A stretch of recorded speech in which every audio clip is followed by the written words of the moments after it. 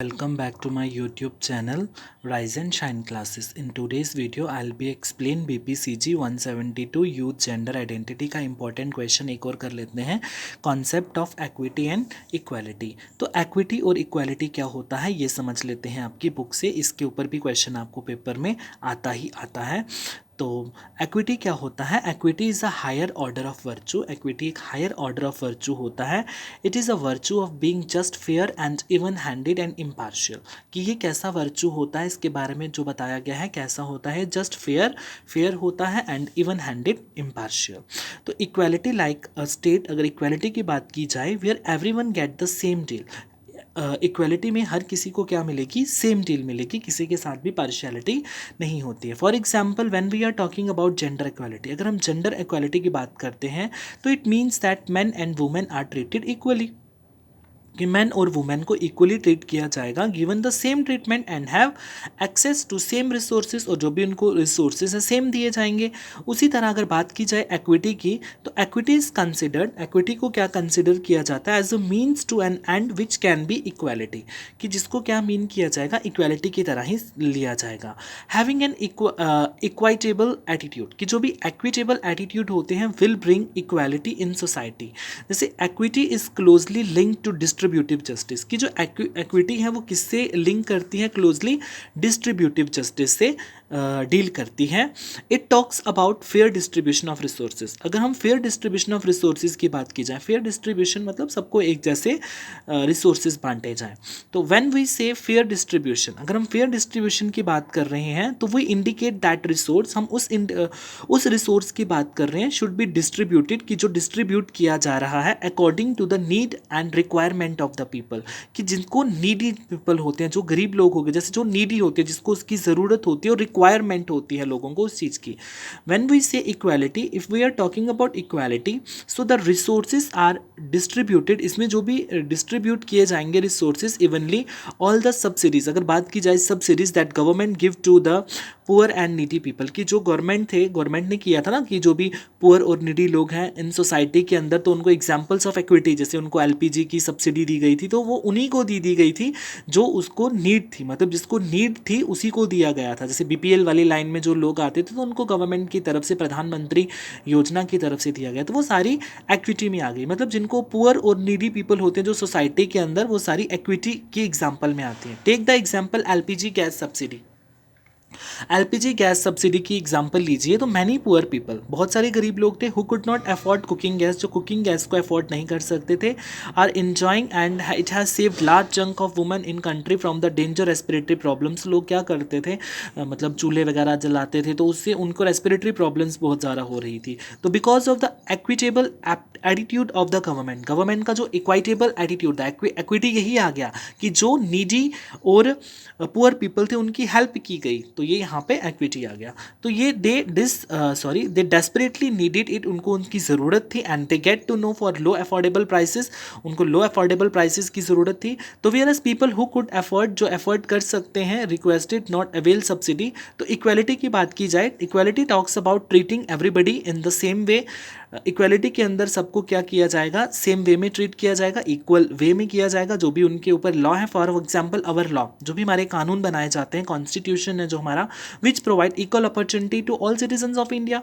India के सारे peoples को क्या किया जाएगा? इक्वल अपॉर्चुनिटी दी जाती है.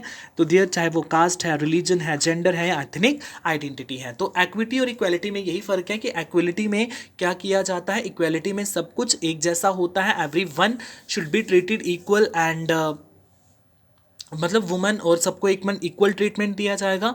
और एक्विटी में मतलब है जो नीडी पीपल हैं उनकी हेल्प की जाती है. तो that is belong to equity. तो why equity and equality are important? क्यों इम्पॉर्टेंट है?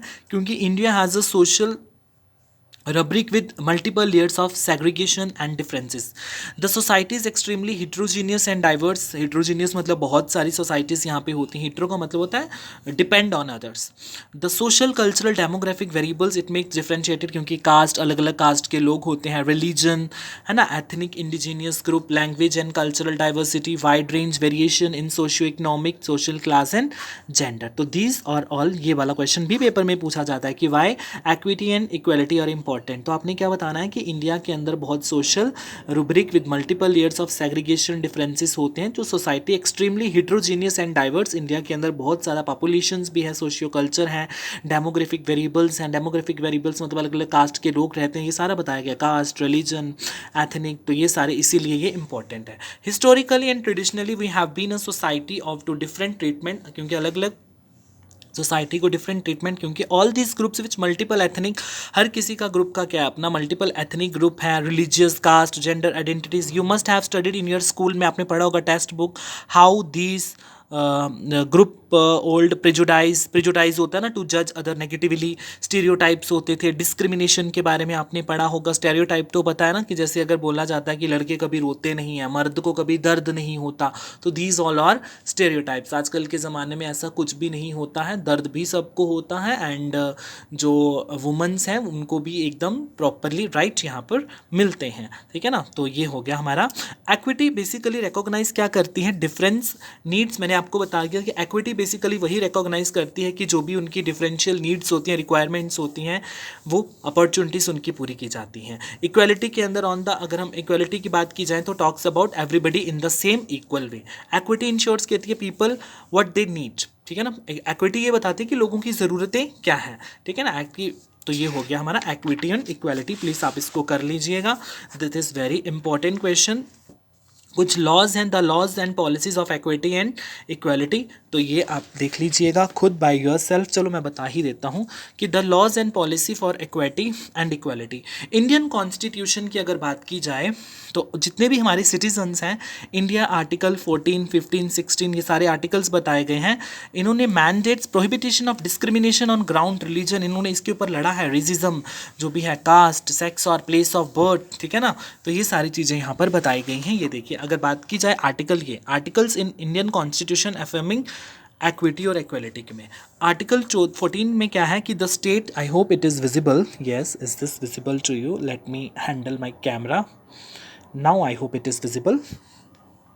आर्टिकल 14 क्या है कि the state shall not deny, कि कोई भी स्टेट ये मना नहीं कर सकती, to any person equality before the law, कि जो भी इक्वलिटी है सबके लिए सेम है, the equal protection of the laws within territory of India. Article 15 हमारा क्या कहता है कि the state shall not discriminate, कोई भी स्टेट क्या नहीं कर सकती, डिस्क्रिमिनेट कहीं कर सकती अगेंस्ट एनी सिटीजन। डिस्क्रिमिनेशन का मतलब हो गया रंग भेद पे भाव करना, जात पात पे लड़ना, है ना, रिलीजन पे लड़ना, तू लड़का है तू लड़की है। ये आर्टिकल 15 में एम्पावर किया गया है वुमेन के जो भी फेवर में सारे एक्शन की, womens should be treated equally in our societies. Article 16 भी है, ये आप खुद पढ़ लीजिएगा, आपकी बुक के अंदर दिए गए हैं, ठीक है। इसमें समझाने का इतना ज़रूरत नहीं है, काफ़ी सिंपल लैंग्वेज में ये लिखा गया है। So this is also very important. Promotion of equity and equality इतना नहीं है। तो बस ये हमारे इम्पॉर्टेंट टॉपिक आज ये वाला ख़त्म हो गया। आई होप आपको क्लियर हो गया होगा। तो अगली नेक्स्ट वीडियो में आपको मैं और 2 क्वेश्चन इसके 3 इंपॉर्टेंट करा दूंगा। Thank you very much.